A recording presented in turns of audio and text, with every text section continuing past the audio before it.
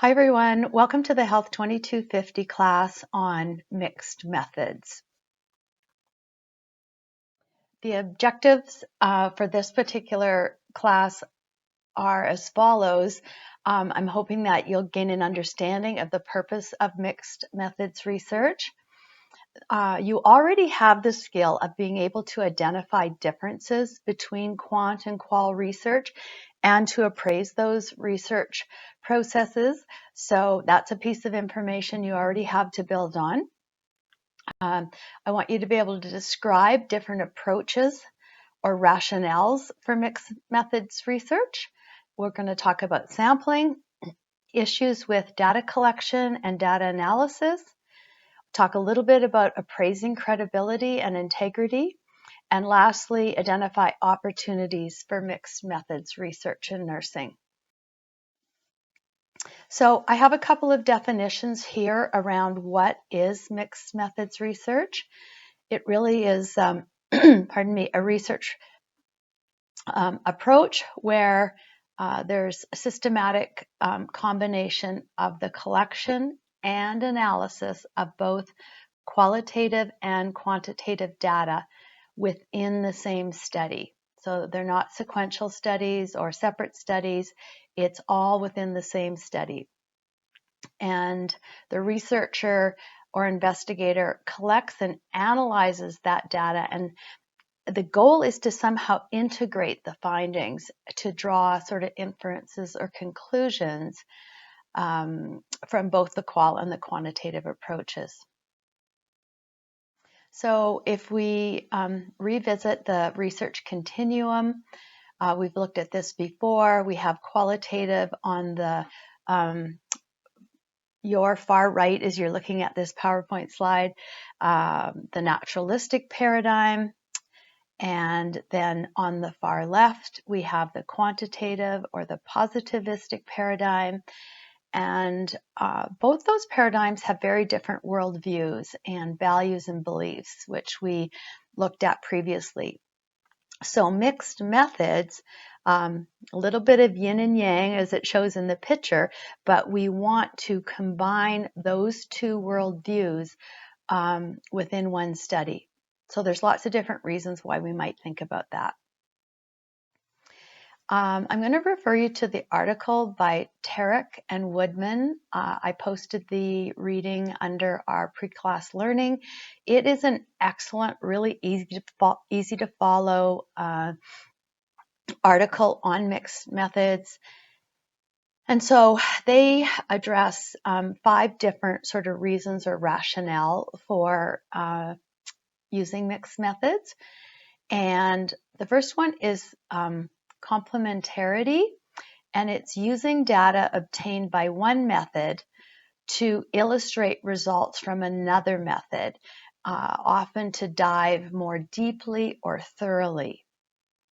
And so an example of this would be a survey of adolescents with epilepsy who are demonstrating poor levels of medication adherence.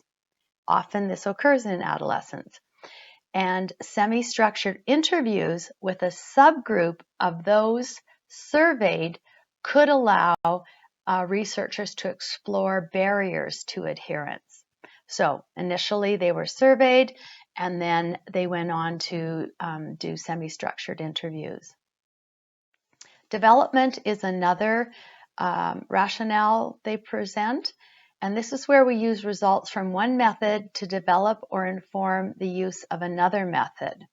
So this might be using a focus group to develop a questionnaire, or using a survey to explore more deeply in a focus group. So an example of this would be a focus group conducted with a group of adolescents with epilepsy. Has identified mobile phone technology as a potentially important tool in improving medication adherence and support. And so then the researchers could then use a mobile app that reminds the patients to take their medication and conduct an intervention study to assess the impact on adherence levels. Initiation is using results from different methods specifically to look for areas of incongruence or disagreement in order to generate sort of new and deeper insights. And here often it helps to explain sort of contradictory findings. For example, we do a survey or questionnaire, we have contradictory findings, we need to dive deeper to figure out what those are.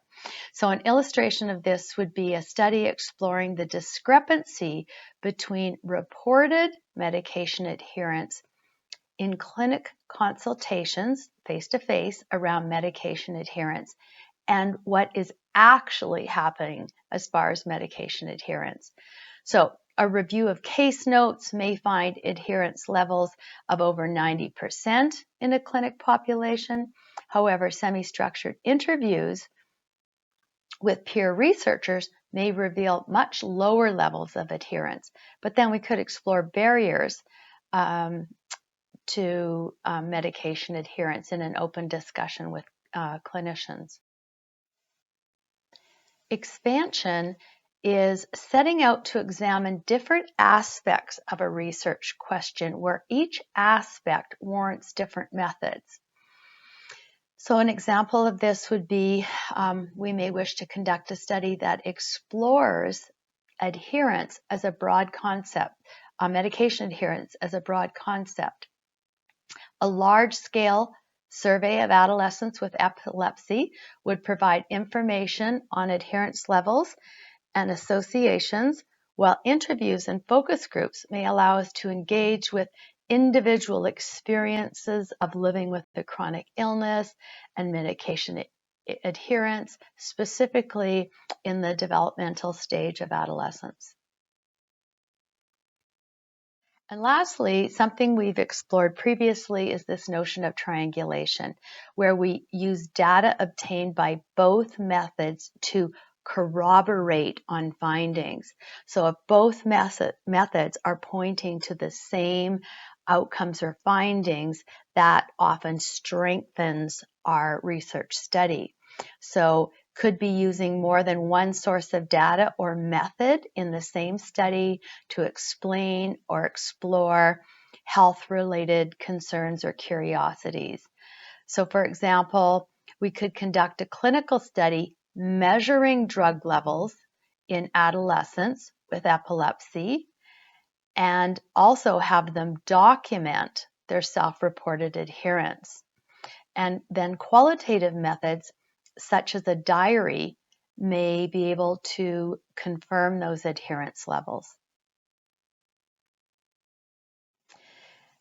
In summary, in relation to those five rationales for using mixed methods, the important thing to think about is all the justifications offered really point to this underlying notion that mixed methods can offer a richer explanation than just the sole use of quantitative or qualitative research methods, drawing on the strengths of each approach and overcoming the weaknesses of each approach. Now, what's really important, though, is that it is the research question that drives the choice of method. And so we need to reflect back on the research question and how best it is to attain data to be able to answer that. So one thing I propose to you is to think about what do you think a mixed methods research question will look like? What features of the research question would make the researcher think that they actually needed to use a mixed method approach to answer their question? So I want you to think about a curiosity you have from your clinical practice where you think mixed methods might work best. And I've created a discussion board, and I welcome you to post that on our discussion board for an additional 2% bonus marks, which I would add to your final grade. So it needs to be robust. It needs to have value. It's not just one sentence. So think about that. And I welcome you to comment on each other's posts as well. So something to think about in relation to mixed method design, there's 3 specific dimensions we need to consider. The first one is weighting of the quant and the qual pieces. And a lot of times this can be influenced by worldview, the positivistic versus the naturalistic paradigm. It can be influenced by the researcher's skills, and it can be influenced by resources such as time and money. So we might have an equal weight between quant and qual, or we might have one method weighted more heavily. Timing is another aspect we're going to dive into a little deeper in a couple future slides, but we need to think about the timing of the quant and qual. So are they going to run concurrently? We're collecting data in both paradigms simultaneously, or is it going to be sequential, where we might collect the quant first, and then that analysis might inform the second phase, which is the qual phase. And the third dimension to consider is the mixing of the quant and qual methods in relation to data analysis. And this is probably the greatest challenge in mixed method research, and we're going to talk about that coming up. So just a little picture of what concurrent mixed methods might look like. We have our quantitative data collection on the left. We have our qualitative data collection on the right. And those results might be compared and contrasted to be able to answer our research question. And so I'm providing you an example here of a concurrent study where Lahana and McNeil conducted a study to determine how parents, both English and Spanish speaking, understand medical care provided to their child and the procedural and consent forms that are required. So they had a 36-item questionnaire that required numerical responses like a Likert scale, and it measured comprehension and ability to read and understand medical information. And as well, then they conducted focus groups and individual interviews concurrently. So the qualitative analysis enriched the quantitative results, hence strengthening the research. The second approach is sequential. So you can see working left to right, this example has the quantitative phase first. We have our research question development. We do our quant data collection analysis. We have our quant results. And then out of those results, we develop interview questions that we might want to probe deeper on. And we collect our qual data, we analyze it, and we have qual results. And then the challenge is the integration of those quant results and the qual results. I actually conducted a sequential study, not in relation to healthcare, but in relation to teaching learning strategy. I developed a quantitative non-experimental survey that my students conducted within the last 2 weeks of class, evaluating the innovative teaching strategy I had used. And then the results of that survey informed questions that I then posed to focus groups to be able to dive deeper. Some of the results that came out of the quant survey was that students really experienced a lot of benefits and advantages. They experienced what they call deeper learning, more motivation to come to class to learn. And so I really wanted to probe that deeper within the focus groups. So another example of a sequential study is Farrell and Rose investigated whether personal digital assistants, or PDAs, would enhance or help nursing students' pharmacological and clinical context knowledge. It was a quasi-experimental design. The intervention group students received PDAs and the control group did not. Both groups were tested beforehand and on completion. And then after, focus group interviews explored issues related to the use of the PDA and how that influenced students' pharmacological learning.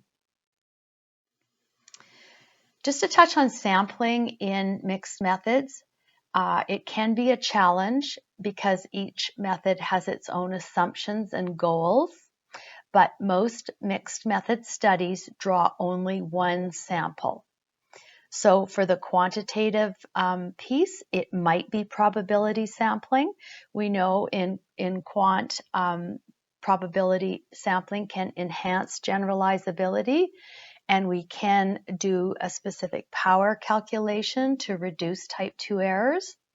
But sometimes we also draw a convenient sample in quantitative research, especially non-experimental or survey type research. And thirdly, sometimes we might use purposive sampling, where we select information-rich cases or individuals or participants who are good informants. And some mixed method studies might use something we term sequential sampling, which is very much like theoretical sampling used in qualitative grounded theory, where we interview a few people and then the results of those interviews inform our choices of future participants. Data analysis can be a significant challenge, and I alluded to this earlier. It's about when and how to merge and integrate the data. So it could be simultaneously, but separately, with integration as an interpretive process where the findings are compared and contrasted and combined. So it could be simultaneously, but it could be sequentially where subsequent analyses build on previous findings. Or it could be concurrently where one analysis is embedded in the other. And this is the article by Tarek talks about this, where we qualify quant data and quantify qual data. I'm not going to get into the depth or extent of that any further. I don't expect you to have a huge understanding of that, but just to know that sometimes when reading a mixed methods research article, you might see that. So questions to ask yourself when you're looking at a mixed methods research study. Why was mixed method design used in this study? What philosophical stance did the researchers take? What are the benefits and the drawbacks of taking this particular stance? Was it more heavily weighted, quantitative or qualitative? What emphasis of method did the researchers adopt? Was it more heavily emphasized on quant with a little bit of qual follow-up, or vice versa? And what time dimension did the researchers utilize and why? Was it concurrent? Was it sequential? And what might have been some of the rationale behind that. So when we look at appraising mixed methods research, we are going to go back to the skills that you've already learned in appraising quantitative research and qualitative. You could possibly use the templates we used and use those separately for each of the particular designs. So once again, we need to establish the suitability of the design. Going back to the research question, we want to assess the qual and the quant elements by their respective standards of rigor. And you know how to do that. And we want to assess the relationship between quant and qual elements of the study and how that relationship kind of contributed to the findings of the study. When we look at the philosophy of combining quant and qual, there's sort of two approaches. The first one is known as the incompatibility theory. and you can see the little tug of war going on. Some researchers live solely in the quantitative or the qualitative domain, and never the two shall meet. And those researchers would be very unlikely to complete mixed methods research. But the other domain is pragmatism, and this is the view that recognizes the strengths and weaknesses of both paradigms, understanding the paradigm as a continuum, and appreciating the values that they both bring to a research study. So I've included here a couple different examples of mixed methods research. I've basically modified the abstract and cut and pasted it here, but it does give you an appreciation for some examples of mixed methods research in healthcare specifically. This first one, Back on Track, a longitudinal mixed methods study on the rehabilitation of young adult cancer survivors. And they sort of simultaneously collected data via questionnaires, physical testing, and interviews at 4 separate time points, hensing the longitudinal design, and then put all those dimensions together to really paint a thorough picture of what that rehabilitation process looked like. And the second study is an interesting study looking at gender differences in psychosocial and medical outcomes stemming from testing positive for the genetic mutation for breast cancer. And here they looked at both men and women, and they used a combination of the quant and the qual to really be able to refine what that kind of outcome was in relation to that diagnosis.